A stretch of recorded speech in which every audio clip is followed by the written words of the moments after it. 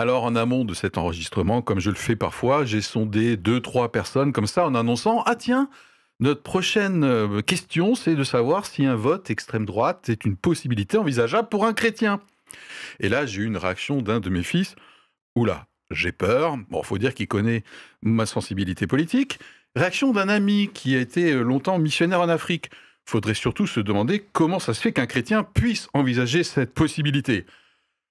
Ouh! Du coup, doit-on effectivement avoir peur? Et puis, surtout, faisons court, rapide, Philippe, doit-on direct dire: «Oui, c'est péché de voter à l'extrême droite en général et en particulier pour les prochaines élections européennes». Mais quand même, si le sujet, on va quand même le traiter, au risque de nous épuiser, eh bien, pourquoi? Parce que si on ne le traitait pas, ce serait pour moi un déni quand même d'une réalité qui nous plaît ou qui ne nous plaît pas, et d'éviter de faire face à des tiraillements qu'il peut y avoir à l'intérieur du corps du chrétien et entre les chrétiens, bien sûr. Donc, Waouh! grâce à notre Ouais. émission aujourd'hui, grâce à nous, ce sujet va être ni tabou, ni crétin. Anita, quand le sujet est tombé dans ta boîte aux lettres, je sais, je m'avance peut-être. Ça t'a fait quoi spontanément? Ah ben, c'est une excellente idée. Ah ouais, génial, ouf. Voilà, enfin quelqu'un qui pense que c'est une bonne idée. Parce De que, poser le sujet sur la table. voilà, Yes. c'est une bonne idée parce que c'est un vrai sujet Elle n'a pas encore dit d'actualité. c'est une bonne idée Je de n'ai voter. pas, Ouais, ok. je n'ai pas fini. Pardon. C'est une bonne idée. Et en plus de dire, est-ce que c'est un péché ou pas? Ouah, ben ça, franchement, c'est compliqué. Ah, c'est compliqué. Alors, c'est vrai que quand même, une de nos priorités, ça va pas être tellement de répondre oui ou non, même si on va se mouiller, je pense. Enfin, moi, je vais me mouiller, mais plutôt de faire se rencontrer deux chrétiens potentiellement virtuellement qui ont deux opinions opposées et savoir est-ce qu'ils peuvent quand même s'écouter et pas tout de suite se mettre dans des lignes de clivage qui seraient contre-productives. Et moi, le sujet, quand il est tombé dans ma propre boîte aux lettres, eh bien, c'est un sujet que je voulais aborder depuis quelque temps déjà. Et là, ça y est, je suis mûr. Voilà. Pourquoi? Parce que j'ai évolué sur le sujet. Waouh! C'est bien. Alors, je ne sais pas encore dans quel sens. Oui, on ne sait Et, pas. et bien sûr, il y a le prétexte des élections européennes. De toute façon, vous et moi, on n'a pas pu échapper au plateau télé, aux sondages dans tous les sens. Et évidemment, entre autres, et je pense que tu vas en parler, Anita, sur les intentions de vote, justement, qui concernent l'extrême droite. Mais tout de suite, de savoir qu'est-ce que ça a fait à Benoît, c'est sa confession.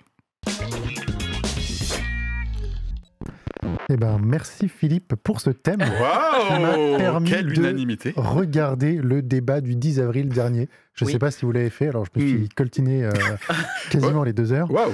Et quand je les vois se battre au lieu de débattre, eh bien moi, ça m'épate. Ouh. J'ai Waouh! l'impression de revenir à la maternelle et ça me donne pas vraiment envie d'être représenté par ces gens-là. Ah, Bon. personne.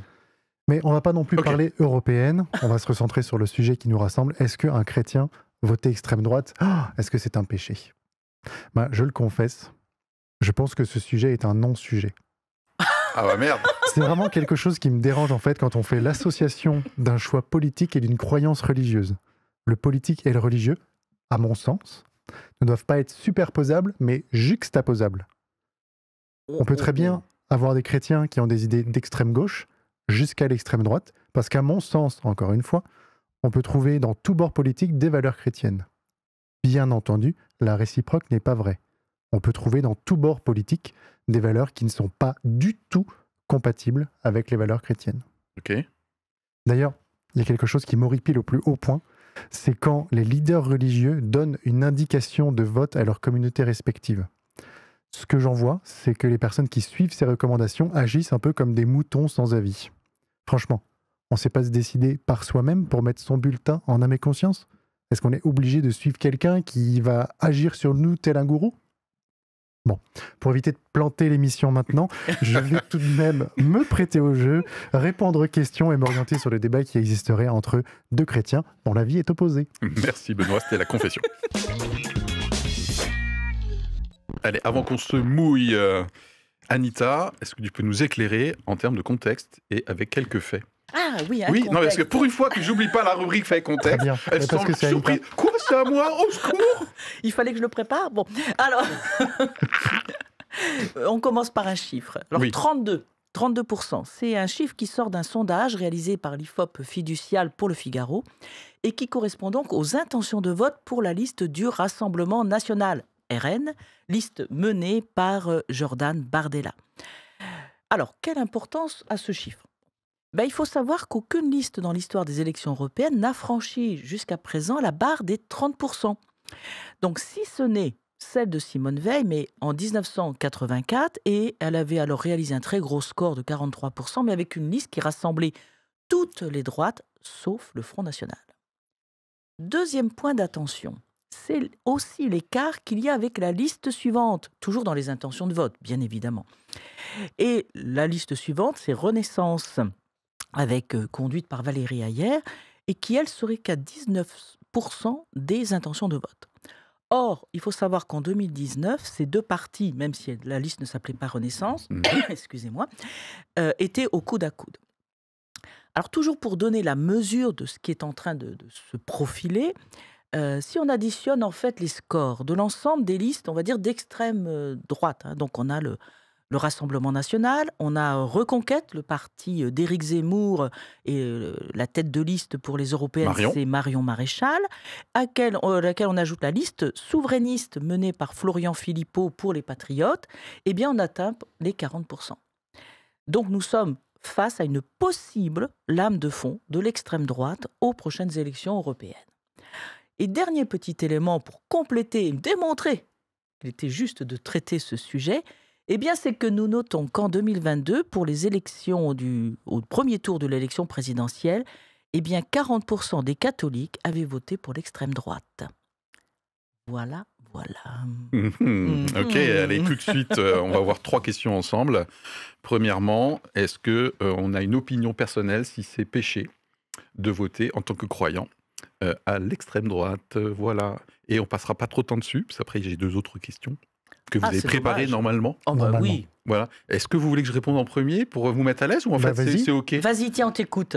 C'est vrai. Ah non, mais il fallait pas me prendre au mot là. Oh, il fallait dire mais non, Philippe, t'inquiète, on gère. Alors, mon opinion personnelle, non. Je ne pense pas que ça soit un péché, bien que je puisse comprendre qu'un chrétien qui vote extrême droite, spontanément et naturellement, ça puisse être choquant pour quelqu'un qui, je dirais ça, absolument. Alors, péché au sens biblique du terme, non dans l'absolu, ça n'a rien à voir avec un péché. Avec un bémol près, mais là c'est un petit peu technique, je préviens, c'est qu'il y a une notion quand même dans la Bible de péché, entre guillemets, personnel, au sens, si tu pêches contre ta conscience. Voilà, enfin c'est un peu technique, mais je vois qu'Anita voit de quoi je parle. Benoît, il fait semblant de savoir de quoi je ne sais pas. Je parle. Non, c'est par rapport à... Mais tu écouteras l'émission, Benoît. La faiblesse de sa conscience, et du coup, en fait, voilà, et là c'est relatif à la personne, c'est pas Dieu qui décide que c'est un péché. Sinon, est-ce que c'est péché, vous savez, dans l'expression « ou c'est péché », voilà, comme quoi ça devrait être incompatible avec les valeurs de l'évangile, avec la foi chrétienne. Il y a quand même pas mal de gens qui disent ça, et notamment d'associations, qui disent « je ne comprends pas qu'un chrétien puisse voter à l'extrême droite ». Eh bien, pour moi, cette incompatibilité, c'est péché, ça devrait au moins se discuter, et c'est exactement ce qu'on prévoit de faire aujourd'hui. Yes. Voilà, je me suis mouillé. Moi, ce que j'aime beaucoup, c'est que tu as dit on va faire une réponse très succincte, et tu as déjà passé 5 minutes à développer ta première Alors, réponse. rattrape le temps perdu. Alors, moi, je te dirais ma réponse, pas nécessairement. Ah. Donc ça peut, mais pas nécessairement. Ok, très bien. Là, pour le coup, tu rattrapes mon débit. Exactement. Et puis Eh bien, moi, je dirais ça dépend.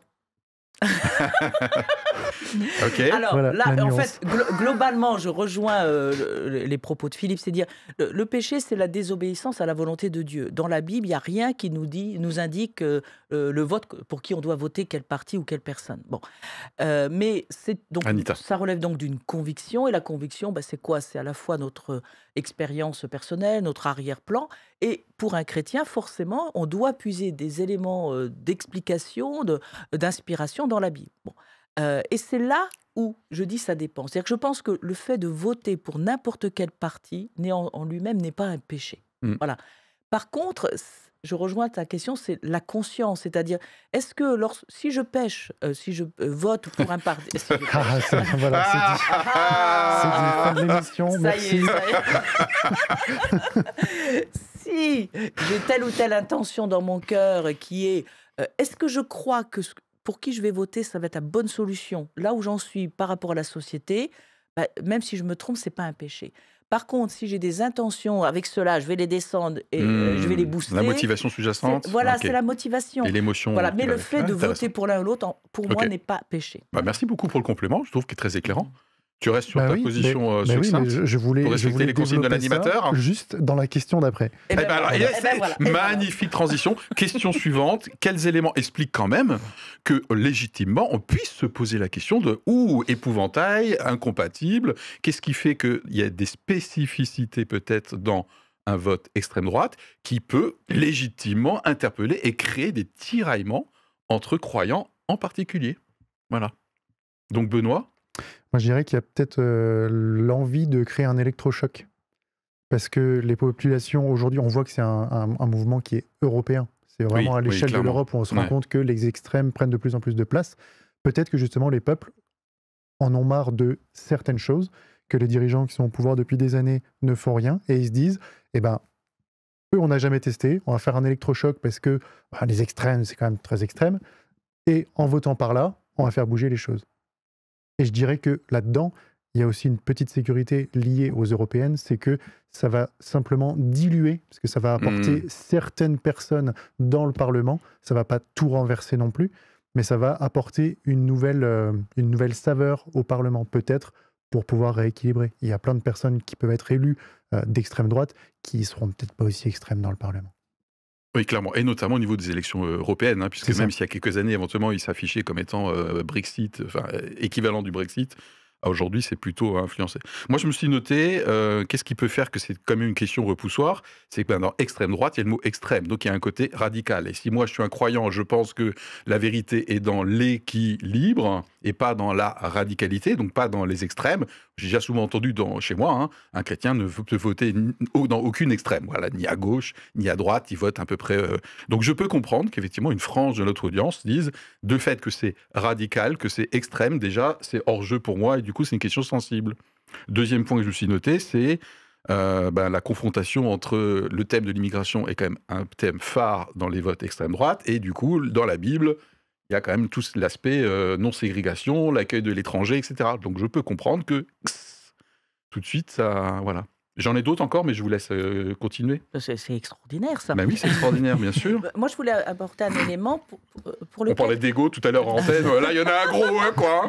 Bon, bon. C'est aussi pourquoi certains peuvent voter. Et je me suis dit, en écoutant justement ce fameux débat, je me suis dit, il y a au moins une personne qui était, comment elle s'appelle, Marion Maréchal Le Pen, Maréchal, ouais. voilà, qui à un moment donné finit en s'adressant en disant, si vous voulez maintenir les racines européennes et chrétiennes.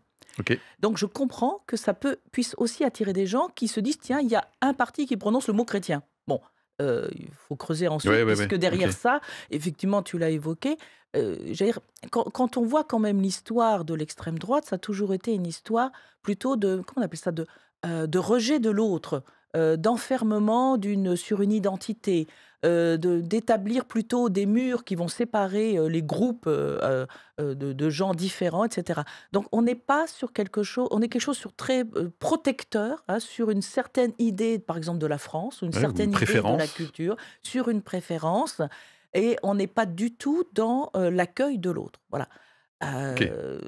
C'est quand même gênant. Bon. Et puis je ne partage pas cette opinion, personnellement. On confronte en fait deux identités. C'est d'un côté, il y aurait la France chrétienne, et de l'autre côté, le risque de l'islamisation. On ne dit pas, on a eu l'occasion d'en parler ici, par rapport parfois aux mouvements aussi liés à l'islam, mais c'est comme si on les opposait, et qu'en rejetant tout le monde, en rejetant de l'Europe, eh bien, on allait régler tous les problèmes. C'est peut-être un peu simpliste. Ok, alors je me suis noté, moi, pourquoi cette question peut être potentiellement explosive, et la remarque, je trouve, la réaction un peu de la génération, peut-être un peu de mon fils, c'est que, pour moi, c'est une opinion, mais il y a une espèce de matraquage médiatique avec des étiquettes. Si tu votes à l'extrême droite, malgré la réalité du terrain et des élections, facho, c'est le parti de la haine, voire c'est anti-républicain. Donc du coup, je peux même pas poser la question que tout de suite, je suis presque hors la loi, y compris dans ma propre famille potentiellement, quoi. Donc je comprends que potentiellement le sujet soit hérissant, parce qu'il y a quand même aussi un matraquage médiatique qui touche, à mon avis, essentiellement l'extrême droite. Voilà. On en a un petit peu parlé déjà dans l'émission de ce manque de nuances. On est dans un monde de plus en plus binaire, et dès qu'on va voter extrême droite, c'est que on a envie de casser l'immigré. Non, il y a des gens qui vont voter extrême droite qui ne sont pas du tout d'accord avec ces lignes-là, mais dans chaque parti, il y a des programmes où il y a je ne sais pas combien de lignes, de projets. Ok. Puis, il y a des choses avec lesquelles on est d'accord, des choses avec lesquelles on n'est pas d'accord. Et peut-être que certaines personnes sont séduites par certains arguments de l'extrême droite, mais pas le rejet de l'autre, comme Ok. Anita a pu Allez, dans présenter. un instant, deux croyants aux positions opposées sur la question du jour se rencontrent. Qu'est-ce qu'ils peuvent entendre mutuellement tout de suite?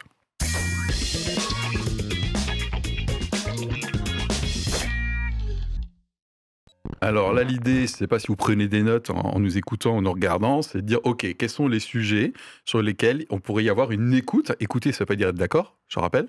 Respective, moi je ne sais pas pêcher, voilà, je le fais d'ailleurs.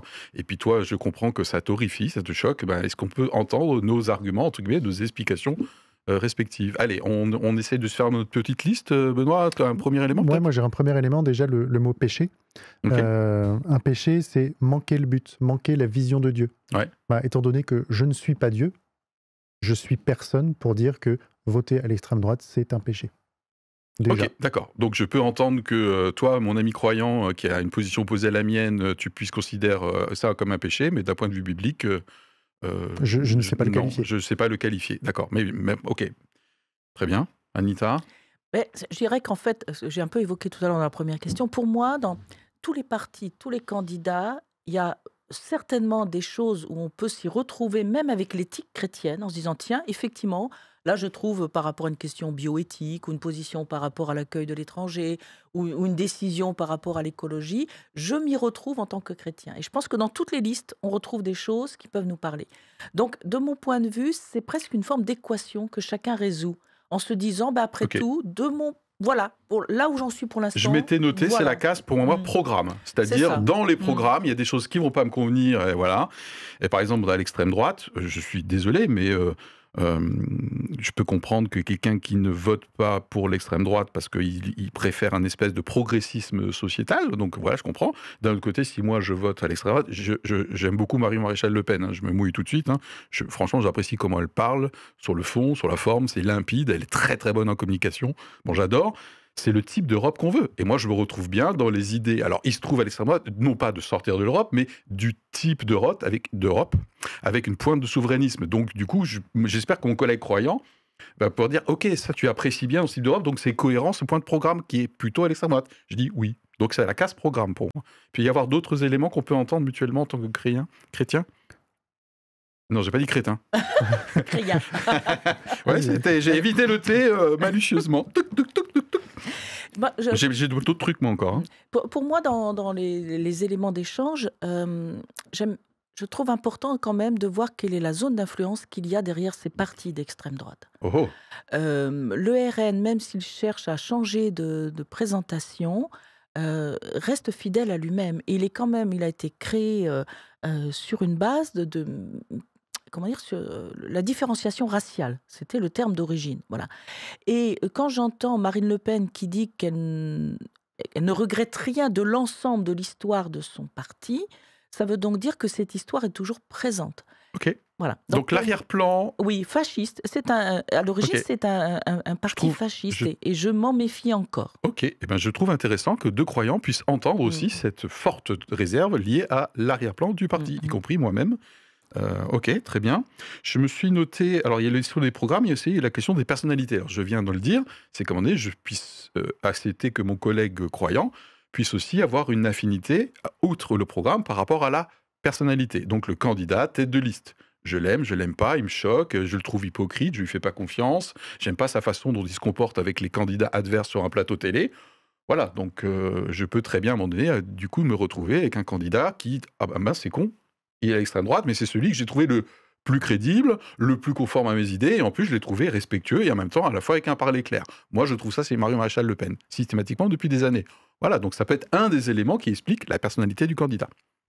Oui, je dirais là-dedans, dans les idées qui sont évoquées ici, les deux chrétiens qui vont être l'un face à l'autre dans ce conflit. Oui, potentiellement un conflit, clairement. C'est ça. Et en fait, il y a une division qui est créée ici. Et ce qui serait intéressant, c'est que chacun puisse, c'est de la gestion de conflit de base, entendre le point de vue de l'autre, quitte à le reformuler pour être bien sûr qu'on a la bonne chose en tête.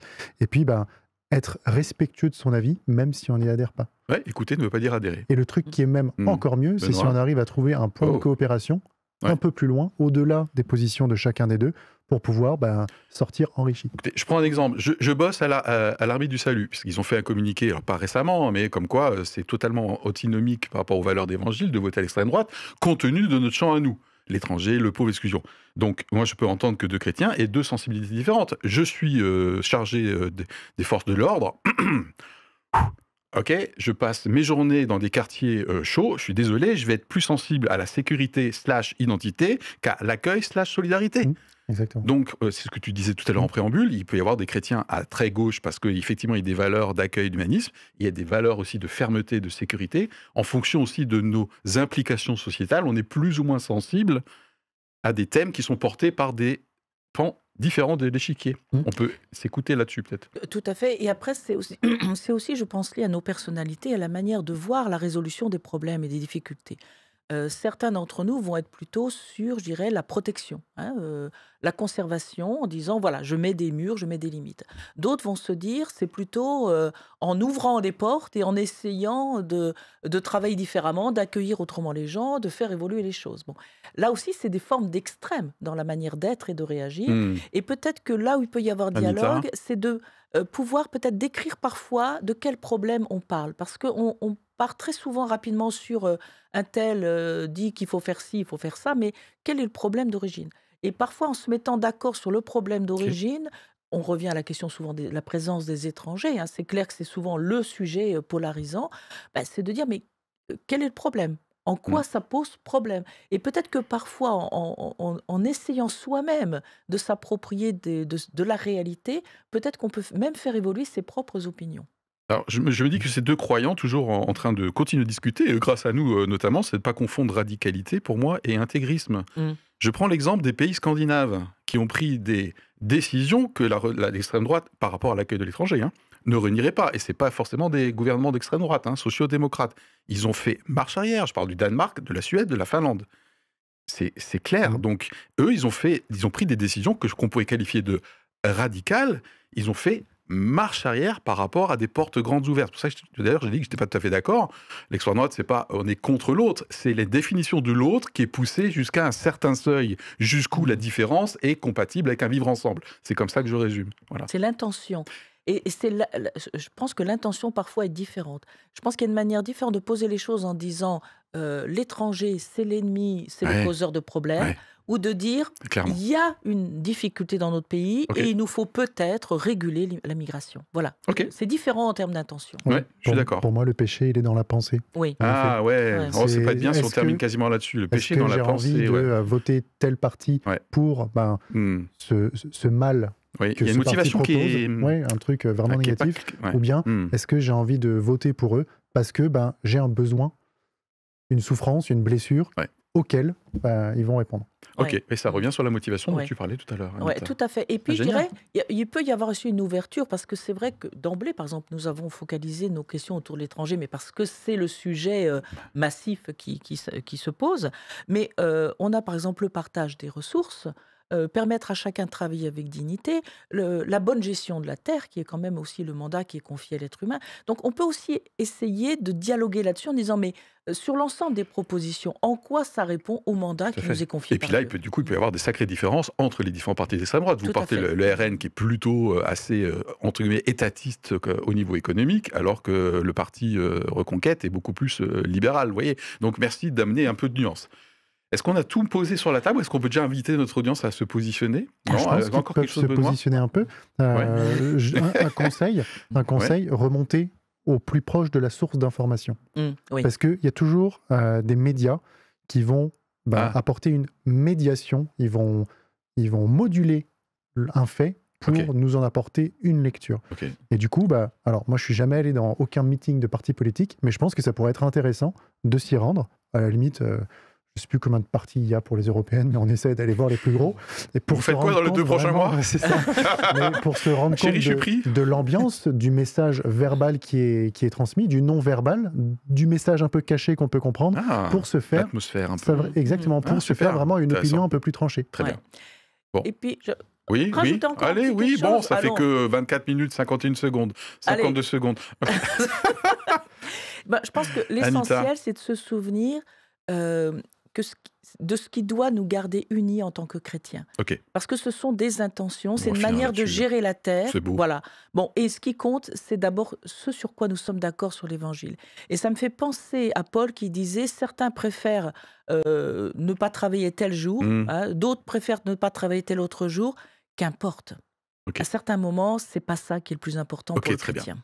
Et vous, qu'en pensez-vous? S'il y a bien un sujet sur lequel il faut vraiment vous positionner et réagir, c'est celui-là, à mon avis. Voilà, on prend des risques, on aime ça, vous savez. Merci de votre attention, de votre participation. Merci à toute l'équipe de m'avoir accompagné dans ce sujet un petit peu touchy. À bientôt. À bientôt. Et n'oubliez Bye. pas, si vous aimez, likez et abonnez-vous. Ciao!